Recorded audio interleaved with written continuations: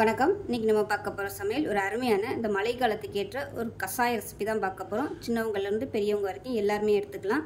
டயபெட்டிக்காக இருக்கிறவங்க கூட இந்த கஷாயம் எடுத்துக்கிட்டிங்கன்னா உங்களுக்கு வந்து சளி பிரச்சனை மட்டும் இல்லாமல் சுகரையும் குறைக்கும். வெயிட் கண்ட்ரோல் பண்ணணும்னு நினைக்கிறவங்க கூட இதை தாராளமாக எடுத்துக்கலாம்.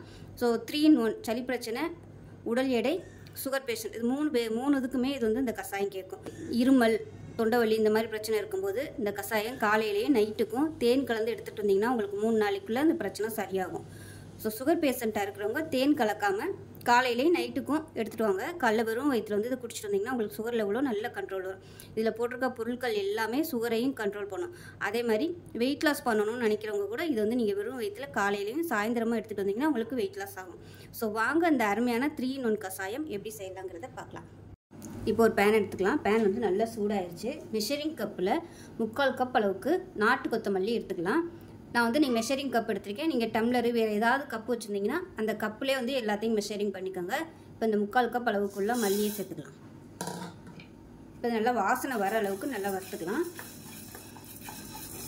இந்த கஷாயப்பொடி சளி, இருமல், தொண்டைவலி எல்லாத்துக்குமே நல்லா கேட்கும். அதே சமயம் மல்லி சேர்த்துருக்கிறதுனால உடல் எடை குறைக்கணும்னு நினைக்கிறவங்களும் காலையில் இது வந்து எடுத்துக்கலாம். அதே போல் சுகர் லெவலும் நல்லா கண்ட்ரோல் பண்ணுவது காலையில் எடுத்துக்கும் போது. ஏன்னா நான் அடுத்தடுத்து பார்த்திங்கன்னா சீரகம், மிளகு, பட்டை இதெல்லாம் நம்ம சேர்க்க போகிறோம். இது எல்லாமே சுகர் கண்ட்ரோல் பண்ணுறதுக்கும் ஹெல்ப் பண்ணும். ஸோ அதனால் 3 in 1 சளி பிரச்சனை, உடல் எடை, சுகர் கண்ட்ரோல் எல்லாத்துக்குமே வந்து இந்த ஒரு பொடி கேட்கும். இதை அரைச்சி வச்சுக்கிட்டோம்னா காலையில் காப்பி டீக்கு பதிலாக அதுவும் இந்த மழை நேரத்தில் இந்த பொடியை போட்டு கொதிக்க விட்டு ஒரு அரை டம்ளர் எல்லோரும் குடித்தோம்னா சளி பிரச்சனை எந்த தொந்தரவுமே இருக்காது. இது மழை நேரத்தில் நல்ல நோய் எதிர்ப்பு சக்தியும் கிடைக்கும். இப்போ இது நல்லா வறுபட்டுருச்சு, நல்ல ஒரு ஃப்ளேவர் வருது. இது வந்து வேறு பிளேட்டுக்கு மாற்றிக்கலாம். இப்போ அதே கப்பில் 1/4 கப்புக்கும் கம்மியாக சீரகம் எடுத்துக்கலாம். இப்போ இதையும் நல்லா வறுத்து விட்டுக்கலாம். இப்போ இது கூடவே 1 டேபிள் ஸ்பூன் மிளகு சேர்த்துக்கலாம். கிராம்பு ஒரு அரை டேபிள் ஸ்பூன் வர மாதிரி எடுத்துக்கோங்க. அதே போல் பட்டை, இது வந்து சுருள் பட்டை, அதுவும் இந்த மாதிரி 1 டேபிள் ஸ்பூனில் வந்து எவ்வளோ நிற்கிதோ அந்த அளவுக்கு எடுத்துக்கோங்க. கனமான பட்டையாக இருந்துச்சுன்னா ஒரு 2 துண்டு மட்டும் சேர்த்துக்கோங்க. அதே போல் சுக்கு 1 இன்ச் அளவுக்கு, அதாவது 1 விரல் அளவுக்கு சேர்த்துக்கலாம். தட்டிட்டு சேர்த்துக்கோங்க. இப்போ அதே போல் ஏலக்காய் சேர்த்துக்கலாம். இதுவும் 1 டேபிள் ஸ்பூன் வர மாதிரி எடுத்துக்கோங்க. இது எண்ணிக்கையில் பார்த்தா ஒரு 15 ஏலக்காய் இருக்கும். இது எல்லாத்தையுமே நல்லா வறுத்து விட்டுக்கலாம். இப்போ இது எல்லாமே நல்லா வறுபட்டுச்சு, நல்ல ஒரு ஃப்ளேவர் வருது. இதையும் வேறு பிளேட்டுக்கு மாற்றிக்கலாம்.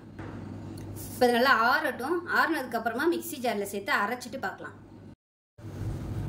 இப்போ பார்த்தீங்கன்னா மிக்சியில் போட்டு அரைச்சாச்சு. ரொம்ப நைஸாக இல்லை, கொஞ்சம் அப்படியே திரியாக இருந்தாலும் பரவாயில்ல. ஏன்னா நம்ம வந்து திருப்பி கொதிக்க வச்சு வடிகட்ட போகிறோம். அதனால் ரொம்ப நைஸாக அரைக்கணும்னு அவசியம் இல்லை.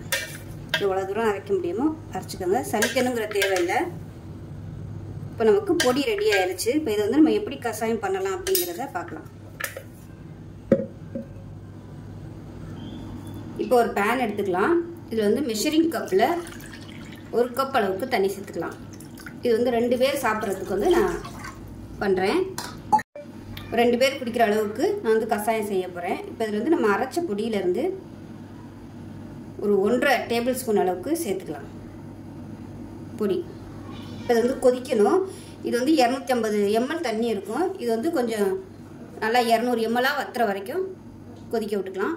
நல்லா கொதி வர ஆரம்பிக்கையில் அடுப்பு நல்லா சிம்மில் விட்டுருங்க. சிம்மில் விடும்போது தான் அதில் உள்ள எசன்ஸ் வந்து கொஞ்சம் கொஞ்சமாக அப்படியே அந்த தண்ணியில் இறங்கும்.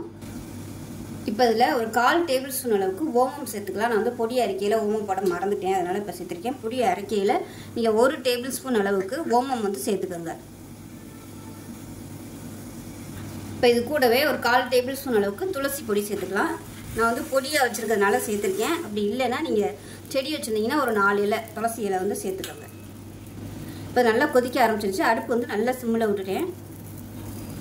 இப்போ இது கூடவே 1/4 டேபிள் ஸ்பூனுக்கும் கம்மியாக, அதாவது ஒரு 2 சிட்டிகை வர மாதிரி மஞ்சள் தூள் சேர்த்துக்கலாம். இப்போ பாருங்கள் தண்ணி நல்லா வத்திருச்சு. பார்க்கையிலே தெரியும் எந்த அளவுக்கு நம்ம இவ்வளோவுக்கு தண்ணி வச்சுருந்தோம். இப்போ நல்லா வத்திருச்சு, ஒரு 2 டம்ளர் வர அளவுக்கு வத்திருச்சு. இப்போ வந்து அமர்த்திடலாம். அமர்த்திட்டு கொஞ்சம் ஆறட்டும், அப்படியே நம்ம மூடி வச்சிடலாம். இப்போ ஒரு 5 நிமிஷம் ஆற விட்டாச்சு. இப்போ வந்து நம்ம இப்போ இதை ஒரு கப்பில் ஊற்றிக்கலாம்.